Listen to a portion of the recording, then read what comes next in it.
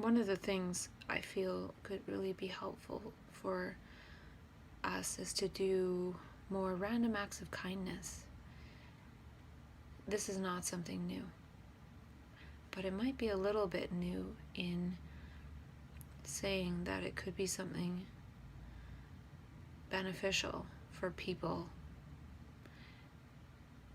with a diagnosis, because so many of us are in the habit and placed in the role of expecting to be cared for, not 100%, but a lot of elements.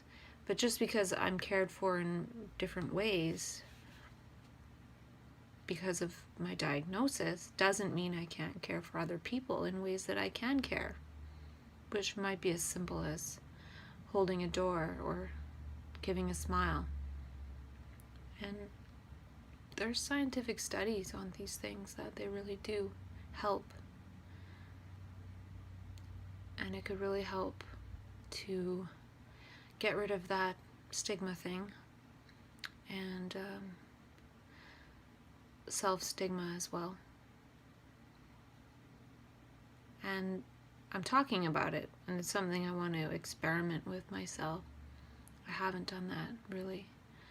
I have in daily life, but I thought it might be fun to create a crew of people that go out and do it together. Also, part of the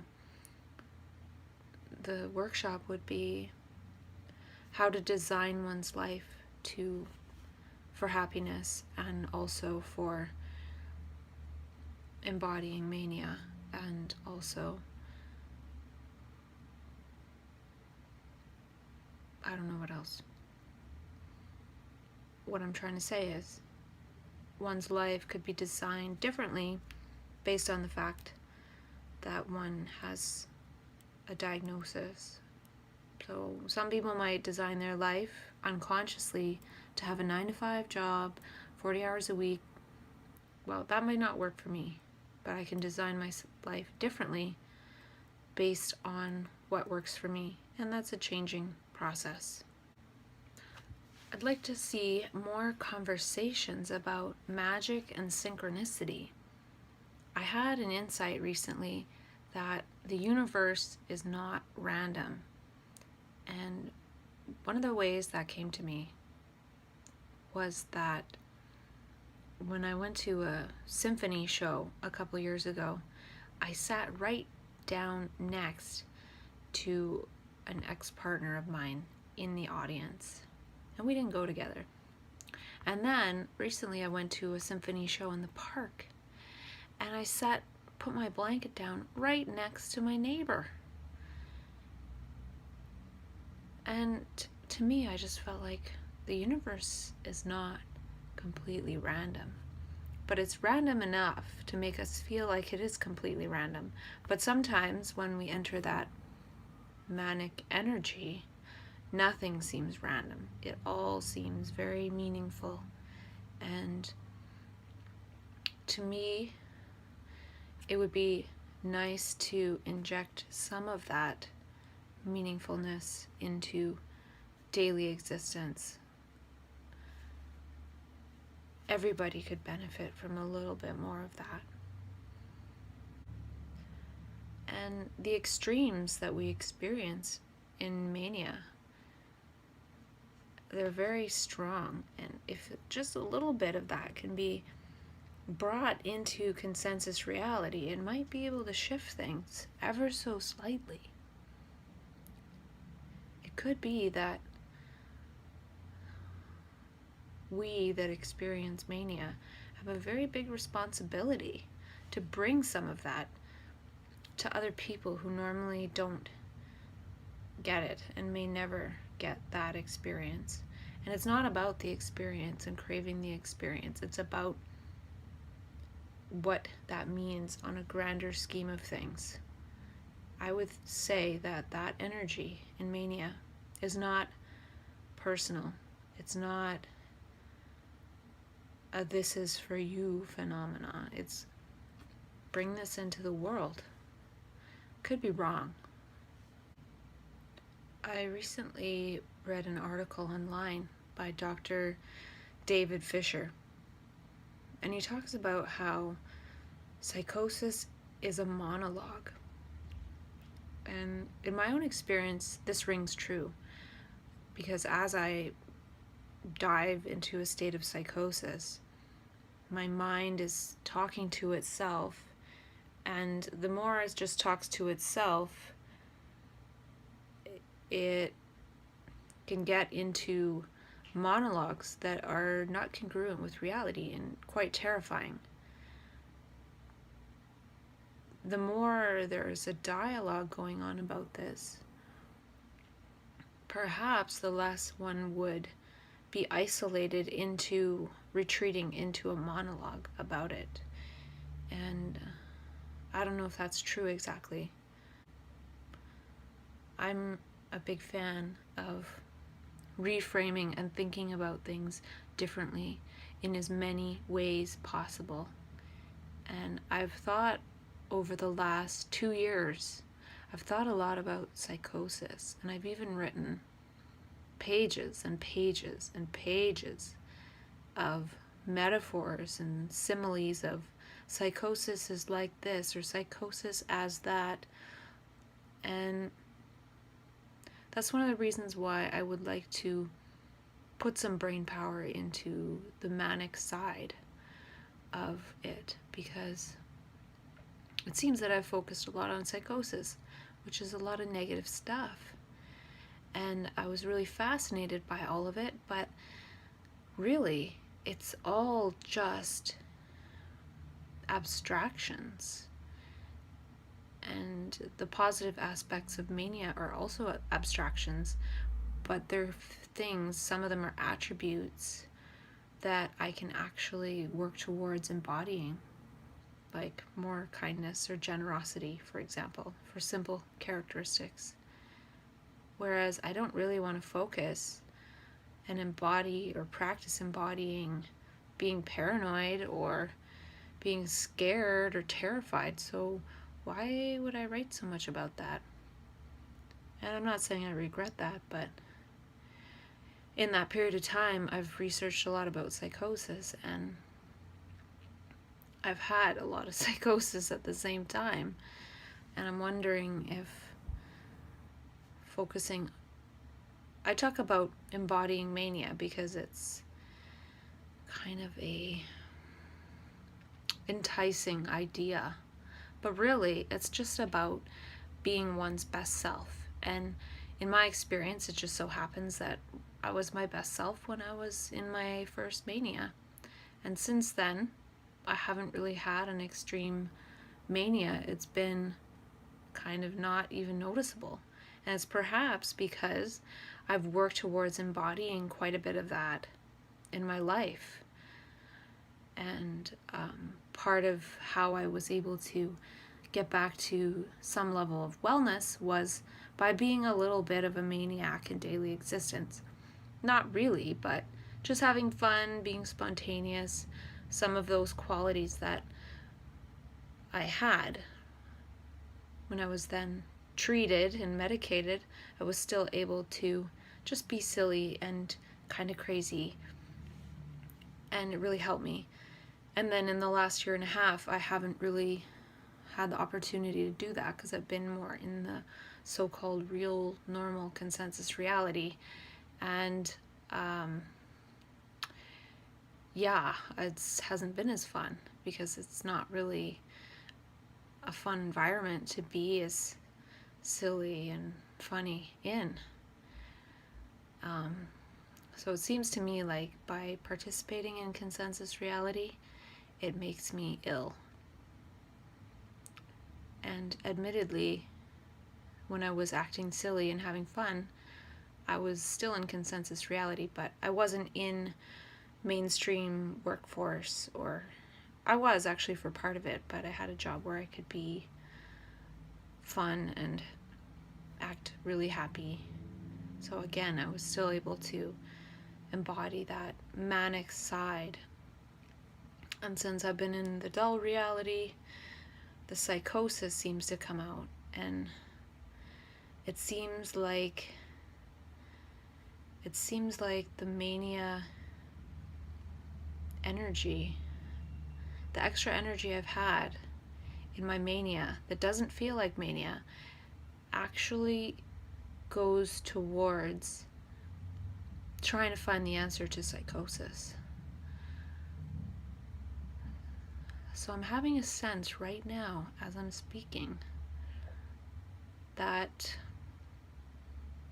I really need to only participate in the fun side of the world. And that doesn't mean being completely irresponsible, because the fun side of the world, I was a chiropractic assistant, and so I was always happy and joking with the patients and had fun and didn't experience psychosis. And then as soon as I was out of that environment and into more serious work, well, now I'm in the seriousness, and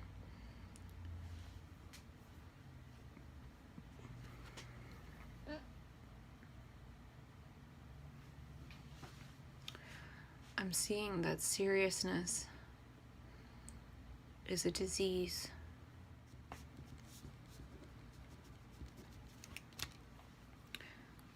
Wow.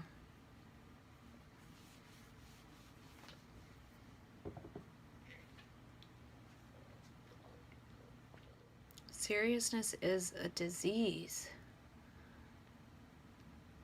Seriousness, when I have my serious opinion and you have yours, it divides us. But if we drop those serious opinions and we play together, we're silly together, we smile, we laugh, we're one. And that doesn't mean to say that there are no serious issues. There are. But how do we approach them? Do I approach it with my opinion and you with yours, or with a playful, collaborative effort? One of the approaches I would like to see some of us trained on, and this isn't saying what you should do, is the approach of peer open dialogue. There isn't enough of this, and it doesn't even have to be peer open dialogue, but just open dialogue in general. And I don't know a ton about it, and I don't know if I would want to be trained on it or not. I just feel like there's certain people that would be wanting to be trained on it, and maybe that would be their thing. I don't know what my thing is exactly, but I don't know if it's to be trained on that. Earlier I was talking about acts of kindness, and there's another way to do it, which is acts of playfulness, and that does magic as well. And with what I just said about seriousness is a disease, these acts of playfulness could really be helpful. And I feel like I need to get into that acts of playfulness big time. Speaking of that other world, I would like to assert, though we cannot prove, the hypothesis that there is another world based on kindness and synchronicity, etc. But we must live that way to create it in our brain structure, not just as an aberration of the inner pharmacy or of outer stuff we take in.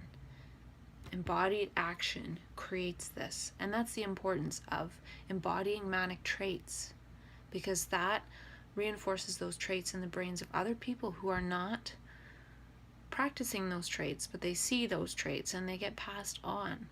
We read each other's body language, which is something that we know, and the ones diagnosed often can read body language better than other people. Hence that sixth sense of being able to read someone's mind. Another part of the workshop is engaging in the opposites of mental illness or psychosis. Mental illness, for example, can be isolating, so building community can be the antidote to that. It's the opposite of that. One of the opposites, at least. Another is something like being in nature, the city and all of its madness and technology and fast pace and noise is something that our brains really are not designed to be able to take. But being out in nature is the opposite of that chaos, and I feel like spending time out there can really calm the brain down and imprint on the brain cells all those natural structures that it would be accustomed to be around if it was in the natural environment. Also, being kind, smiling, all these different things that are the opposites of mental illness, which I made a list of them, but it would be interesting for us to co-create a list of things that are the opposites of, say, psychosis or depression, and really engage in those, especially the ones that are related to our individual strengths and visions and wishes, not doing too many things that are way outside what we innately want to do here. An insight I've had in one of my states was we really do destroy each other with our thoughts, feelings, and actions. Like, my bad thought kills a tree on the other side of the world, for example.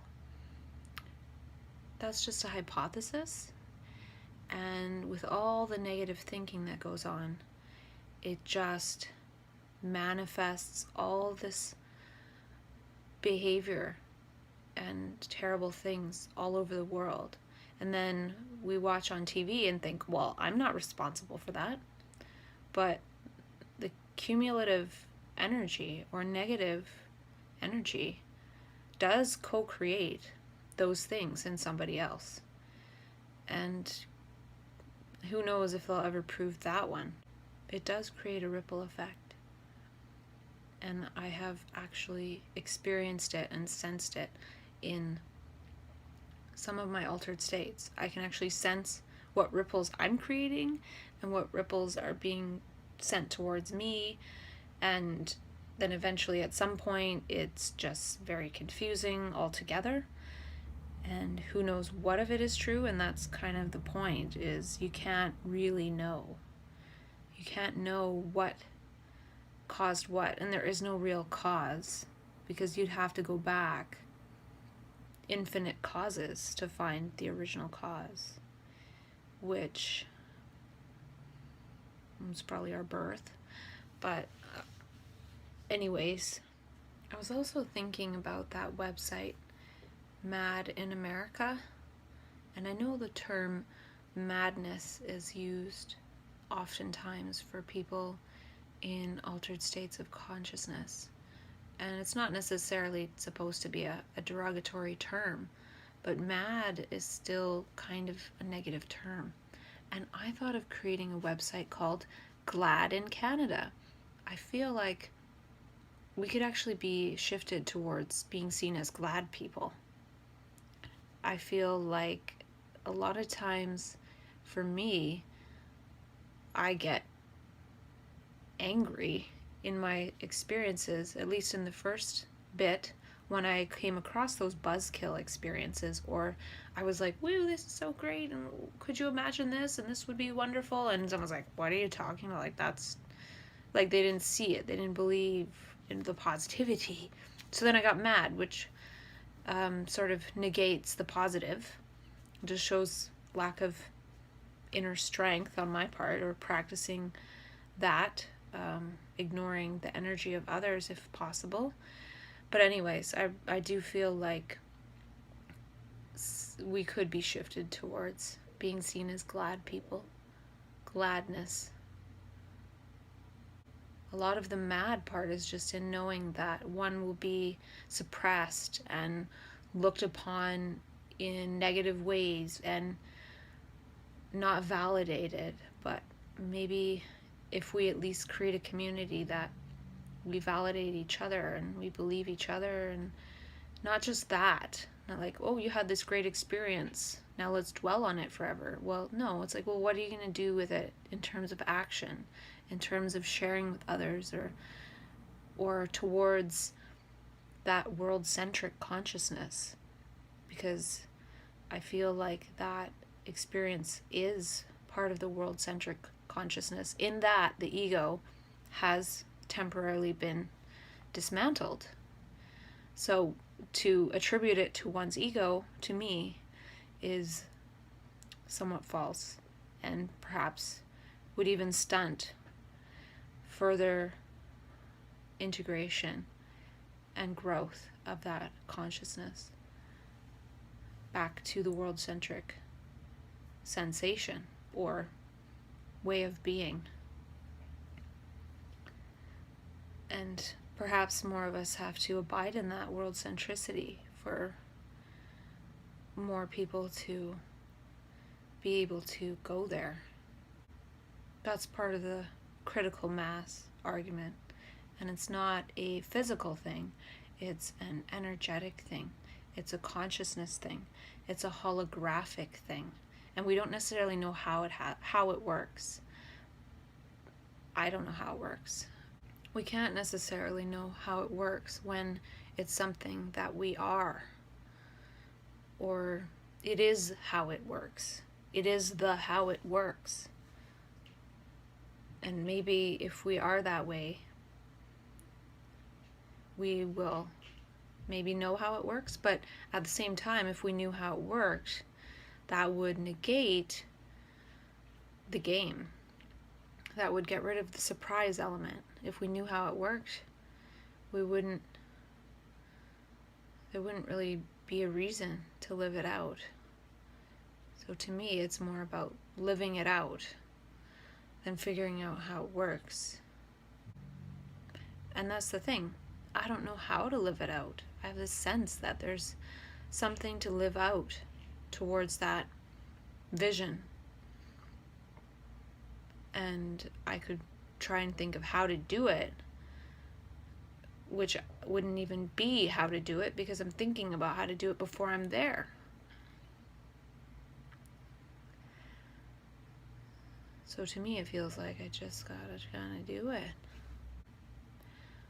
We have to go from being survivors to being thrivers. And no amount of whining about how we're survivors is going to create us as thrivers. We have to thrive, and basically at that point we'll be connecting with people in the mainstream, telling them that it's okay to loosen their ties and come out and have a little bit of fun. We all like watching people who look like they're having fun. There's a lot of talk about how important body language is, and perhaps we could help people with the understanding of the body language of fun. And another part would be how to activate your own inner pharmacy. People understand that exercise is one way to do it, but there's not much talk about play and laughter and as actual ways to create some wonderful oxytocin, which is actually a social bonding hormone, among other things. And it actually has effects on genetic expression towards health as well. So it's not just about bonding, but also every level of health. I'm not really a big fan of the words rehabilitation and recovery. To me, it's more like habilitation. The habilitation aspect is ignored. And to me, what habilitation means is a person that has a spiritual crisis or some sort of crisis often comes out the other side with abilities that they did not have before. And it's never in conversation that What are the strengths that you gained, or what are the abilities you gained, and how can we help you cultivate those or nurture those abilities as a way for a person to feel more fulfilled, feel validated, feel like their crisis wasn't for nothing, because most people have a sense that there was a meaning to it of some sort, which is usually excluded from the conversation as well. Is, any sort of, there can't be anything meaningful in that at all, but most of the time there was in my experience. I don't want to speak for anyone else, but for some reason it seems like this sort of crisis has so many commonalities in that it is a reality in itself, and then coming out the other side is another reality in itself, and how it's received and perceived is something else. To me, it would be wonderful for us to be able to help people that just come through it and make them see, maybe you lost your ability to make food for yourself right now, or focus, but maybe your heart is just full, or maybe you can write all of a sudden, or maybe you want to connect with a cause, or maybe you just need to rest for a while and see what happens after that, or you feel like you have these potentials but you can't do it right now, but maybe later you can. So the habilitation aspect, and also recovery, it's a crisis, it's a transformation. There's nothing to recover. You can't really recover the old. To some extent you can, but really it's about transforming and rediscovering and recreating who you are, not trying to recover your old self for the sake of other people and making them comfortable. Maybe some people want to do that, but part of the reason why I feel like I had a crisis in the first place was because I wasn't being me. I wasn't being who I am. So why would I want to recover that person? To me, that's like saying, let's recover over all the problems, and that means you're recovered. But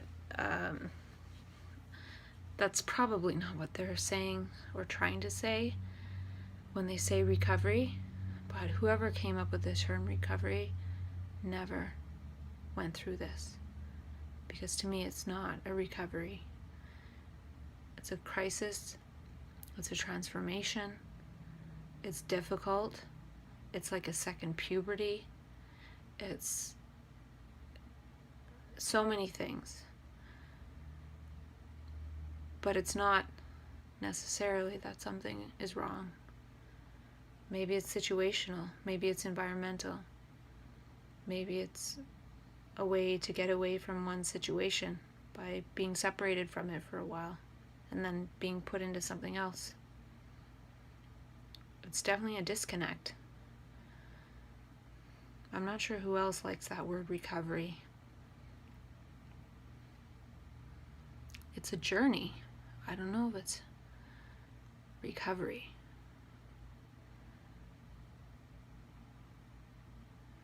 The main thing that's helped me is community. So adding so much community into my life has helped me, quote unquote, recover. But to me, that's more about being integrated. And before I was isolated. So is that recovery? Obviously, I've done a lot more stuff than that. But none of it has felt like recovery per se. And one of the reasons for that is, even though I've been in this so-called recovery for 5 years, I just had the worst hospitalization of my life.